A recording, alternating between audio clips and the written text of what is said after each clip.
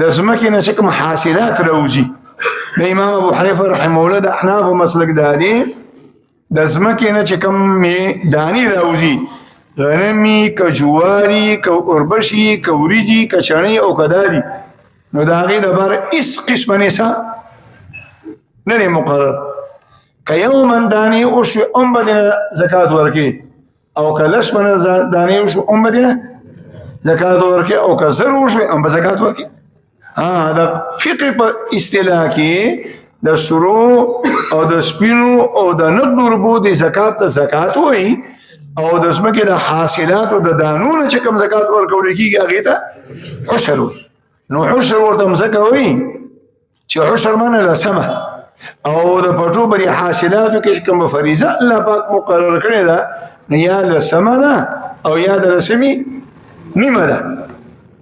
یا لسمه ده او یا د لسمې نیمه ده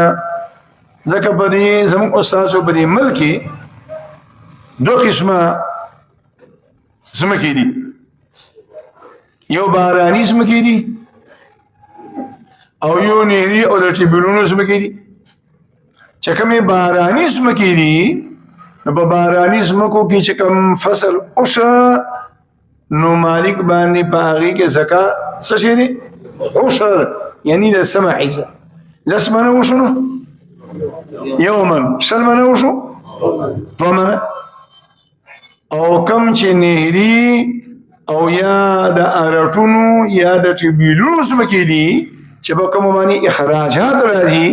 هغې کې بیا نصف العشر د لسمې نیمې نو په لسو منو کې بیا پوره من نه دی بلکې په لسو منو کې بیا نیم من دی او په شلو منو کې بیا من دی